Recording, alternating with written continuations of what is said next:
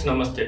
ప్రపంచంలో అతిపెద్ద ప్రజాస్వామ్య దేశాల్లో భారతదేశం ఒకటి. దేశంలో ప్రజాస్వామ్య పరిరక్షణకు దేశంలోని అనేక రాజ్యాంగబద్ధ సంస్థలతో పాటు పార్టీలు, ప్రజలు తమ తమ వంతు సహకారాన్ని అందిస్తున్నారు. కానీ ఈ అన్నిటికంటే ముఖ్యమైనది ప్రజాస్వామ్య పరిరక్షణలో స్వతంత్రంగా, స్వేచ్ఛగా, నిష్పక్షపాతంగా ఎన్నికలు నిర్వహించడం. ఈ ఎన్నికల నిర్వహణ అనేది ఎన్నికల కమిషన్ యొక్క విధి. ఈ ఎన్నికల కమిషన్ అనేది భారత రాజ్యాంగం ప్రకారం ఒక స్వయం ప్రతిపత్తి గల సంస్థ. ఈ స్వయం ప్రతిపత్తి గల సంస్థ అనేది దేశంలోని ఏ ప్రభుత్వానికి కానీ, ఏ పోలీస్ వ్యవస్థ కానీ, ఎవరికి కానీ జవాబుదారీగా ఉండాల్సిన అవసరం లేదు. స్వతంత్రంగా నిర్ణయాలు తీసుకొని నిష్పక్షపాతంగా ఎన్నికలు నిర్వహించాల్సిన బాధ్యత ఎన్నికల కమిషన్ మీద ఉంది. దేశంలో ఎన్నికల కమిషన్ నియామకము, ఎన్నికల కమిషన్ సభ్యుల నియామకం అనేది నిర్దిష్టమైన ఎలాంటి చట్టం లేదు. అయితే వాటి పనితీరుకు, ఎన్నికల కమిషన్ పనితీరుకు నిర్దిష్టమైన చట్టాలు ఉన్నాయి. దేశంలో ఉండే ప్రభుత్వాలు తమకు అనుకూలమైన ఎన్నికల కమిషనర్ని నియమించుకుంటున్నారనే అపవాదు ఉంది. ఎందుకంటే ప్రతిసారి దేశంలో ఎన్నికలు జరిగిన ప్రతిసారి ఓడిన పార్టీ కావచ్చు, ప్రతిపక్షాలు కావచ్చు, అనేక ఎన్నికల కమిషన్ మీద అధికార పార్టీకి తొత్తుగా వ్యవహరిస్తున్నారని, వారి వైపుగా బెండై పనిచేస్తున్నారని అనేక విమర్శలు చేస్తూనే ఉన్నారు. గతంలో చేశారు. ఈ మధ్య కాలంలో అయితే ఎన్నికల కమిషన్ మీద ఇలాంటి విమర్శలు అనేది తీవ్రంగానే వస్తున్నాయి. అయితే ఎన్నికల కమిషన్ నియామకం మీద 2023లో సుప్రీంకోర్టు ఒక గైడ్లైన్స్ ఇచ్చింది. ఈ గైడ్లైన్స్ ప్రకారం ఎన్నికల కమిషన్ నియామకం అనేది సుప్రీంకోర్టు ప్రధాన న్యాయమూర్తి మరియు ప్రధానమంత్రి, ప్రతిపక్ష నేత ముగ్గురు కలిసిన సభ్యుల, వీళ్ళు ముగ్గురు సూచించిన కమిటీ సభ్యుల నుండి ఒకరిని రాష్ట్రపతి ఎన్నికల కమిషన్ నియామకం చేయాలని సూచించారు. కానీ దీని మీద నిర్దిష్టమైన ఒక చట్టం చేసే వరకు ఈ ముగ్గురు సభ్యులు ఉన్న బృందం ఎన్నికల కమిషన్ నియమిస్తుందని సుప్రీంకోర్టు తీర్పిచ్చింది. కానీ 2023లో తీర్పు వచ్చిన వెంటనే కొన్ని నెలల్లోనే, సంవత్సరం చివరిలోనే కేంద్రంలోని బీజేపీ ప్రభుత్వం ఎన్నికల కమిషన్ నియామకానికి ఒక చట్టం తీసుకొచ్చింది. ఈ చట్టం ప్రకారం ప్రధానమంత్రి, లోక్సభలో ప్రతిపక్ష నేత, ఆయనతో పాటు ఒక సీనియర్ మంత్రిని ఈ కమిటీకి, ముగ్గురు సభ్యులు గల కమిటీని ఏర్పాటు చేసింది. ఇందులో ఉండే ప్రధాన న్యాయమూర్తిని తొలగించి ఒక మంత్రికి స్థానం కల్పించారు. అయితే ఈ కమిటీ యొక్క చట్టబద్ధత సవాల్ చేస్తూ ప్రతిపక్ష నేత రాహుల్ గాంధీతో పాటు అనేక మంది కోర్టును ఆశ్రయించారు. ఎందుకంటే ప్రభుత్వ ప్రధానమంత్రి, మరో మంత్రి ఇందులో ఉండడంతో ఎన్నికల కమిషన్ నియామకం అనేది ప్రభుత్వం అనుకున్న వారిని నియమించే అవకాశం ఉంది.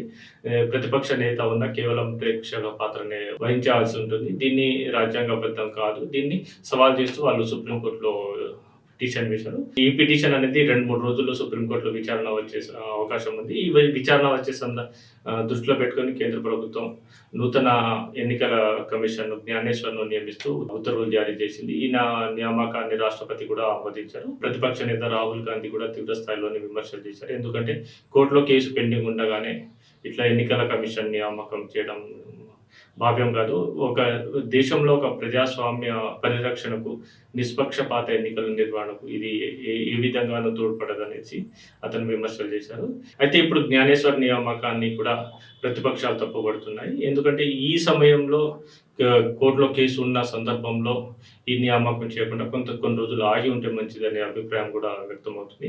ఈ జ్ఞానేశ్వర్ అనే వ్యక్తి ఎవరంటే 1988 కేరళ క్యాడర్కు చెందిన ఐఏఎస్ అధికారి. ఇతను కేరళతో పాటు కేంద్ర ప్రభుత్వంలోనూ అనేక పదవుల్లో పనిచేశారు. ఇతను ఆర్టికల్ 370 రద్దు మరియు జమ్మూ కాశ్మీర్ విభజన అంశంపై ఇతనే అన్ని చట్టాలు రూపొందించడంతో పాటు కీలకంగా వ్యవహరించారు. అదేవిధంగా రామ మందిరం తీర్థ ట్రస్ట్ ఏర్పాటులో కూడా ఇతను కీలకంగా పనిచేశారు.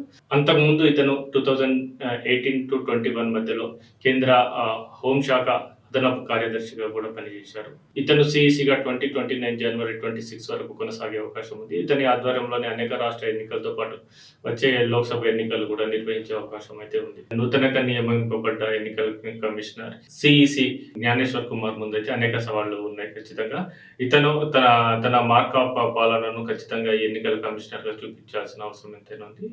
ఎందుకంటే ఇప్పటికే ఎన్నికల కమిషనర్తో పాటు ఎన్నికల కమిషన్ సభ్యుల మీద అనేక ఆరోపణలు వస్తున్నాయి ఉన్నాయి. దేశంలో ప్రజాస్వామ్యం నిలబడాలంటే దేశంలో ఖచ్చితంగా స్వేచ్ఛాయుత వాతావరణంలో పారదర్శకంగా ఎన్నికలు నిర్వహించాల్సిన అవసరం ఎంతైనా ఉంది. దానికోసం ఎన్నికల కమిషన్ తీసుకునే చర్యలు ఏ విధంగా ఉన్నాయి, ప్రతిపక్షాలతో పాటు ఓడిన నాయకులు కూడా తమ మీద ఇలాంటి ఆరోపణలు చేయకుండా ప్రజలకు జవాబుదారీతనంగా ఖచ్చితంగా ఎన్నికలు నిర్వహించాల్సిన అవసరం ఉంది. దీంట్లో అనేక సవాళ్లు ఉన్నాయి. ముఖ్యంగా ఏంటంటే ఎన్నికల సమయంలో ఒక అధికార పార్టీకి లాయల్‌గా ఉండకుండా ఖచ్చితంగా నిష్పక్షపాతంగా వ్యవహరించే విధంగా పనిచేయాల్సిన అవసరం ఉంది మొదటిది. ఇంకా రెండోదైతే ఖచ్చితంగా ఫెయిర్ అండ్ ఫ్రీ ఎలక్షన్ నిర్వహించాల్సిన అవసరం ఉంది. అండ్ ముఖ్యంగా ఇప్పుడు మారుతున్న కాలంతో పాటు గతం కంటే ఇప్పుడు కూడా ధన ప్రవాహం అనేది ఎన్నికల్లో చాలా విచ్చలవిడిగా పెరిగిపోతుంది. దీన్ని అరికట్టడానికి ఖచ్చితమైన చర్యలు తీసుకోవాల్సిన అవసరం ఉంది. అదేవిధంగా డిజిటల్ యుగంలో ప్రచారం అనేది బురద జల్లే పనే కాకుండా దేశంలో ఎన్నికల సందర్భంలోనే కాకుండా ఎన్నికల అనంతరం కూడా దేశంలో హేట్ స్పీచ్ అనేవి చాలా భారీ స్థాయిలో జరుగుతుంది. ఒక మతాన్ని కావచ్చు, ఒక కులాన్ని కావచ్చు, ఒక ప్రాంతాన్ని కావచ్చు, ఒక వ్యక్తిని వ్యక్తిగతంగా టార్గెట్ చేసుకుంటూ భారీ స్థాయిలోనే దాడులు జరుగుతున్నాయి. వీటిని నియంత్రించడానికి ఖచ్చితంగా ఎలక్షన్ కమిషన్ అనేది చర్యలు తీసుకోవాలి.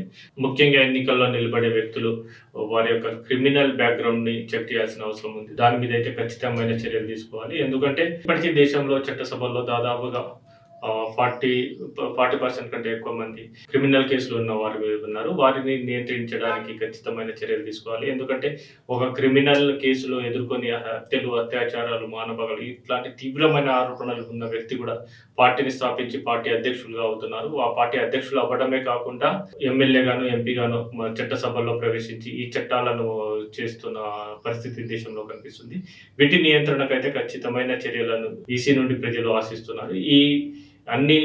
అనేక రిఫార్మ్స్ తీసుకొచ్చి ఒక ప్రపంచానికి ఒక ఆదర్శవంతమైన ఎలక్షన్ కమిషన్ తీర్చిదిద్దాల్సిన అవసరం ఎంతైనా ప్రస్తుతం ఉన్న ఎన్నికల సంఘం మీద అయితే ఉంది.